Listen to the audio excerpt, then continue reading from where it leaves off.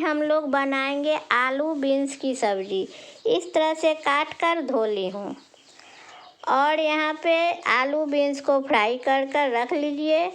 और एक जार में एक टमाटर, एक प्याज, थोड़ी सी लहसुन और थोड़ी सी काजू है तो डालिए, नहीं तो स्किप कीजिए। एक हरी मिर्च डालकर एक पेस्ट तैयार कर लीजिए। अब 1 चम्मच जीरा पाउडर, 1 चम्मच धनिया पाउडर, थोड़ी सी हल्दी पाउडर और 1 से 1.5 चम्मच कश्मीरी लाल मिर्च कलर के लिए। अगर तीखा चाहते हैं तो थोड़ी सी तीखी लाल मिर्च भी डाल दीजिए।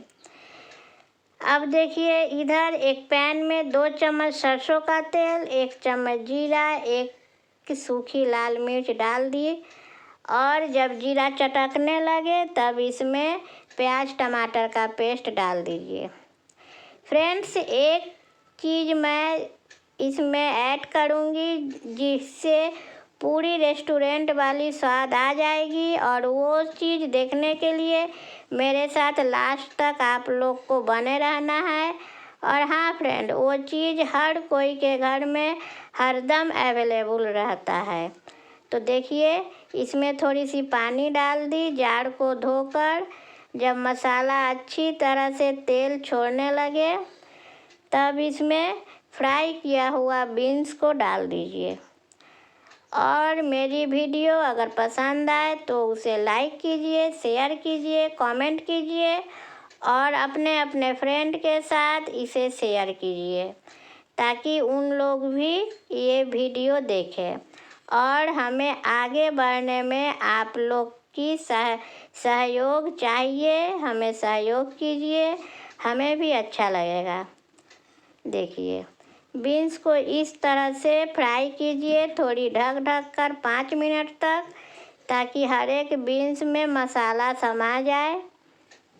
अब जो आलू फ्राई की थी वो आलू डाल दीजिए।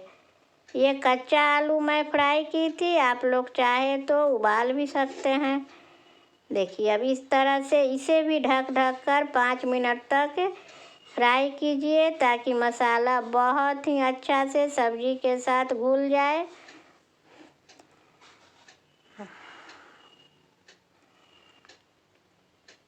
ढक दीजिए।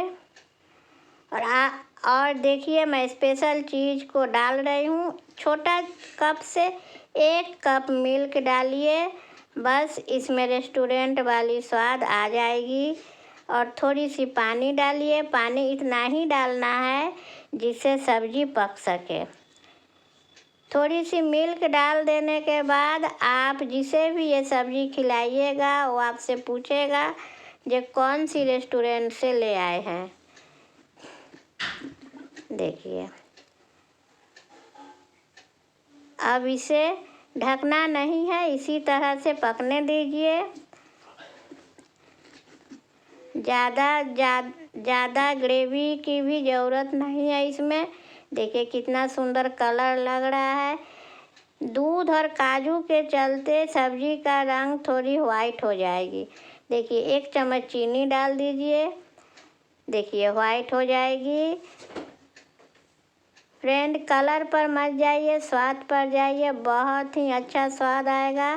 थोड़ी सब्जी मसाला डालिए और अब इसे सर्व कीजिए। तब तक के लिए टाटा बाय।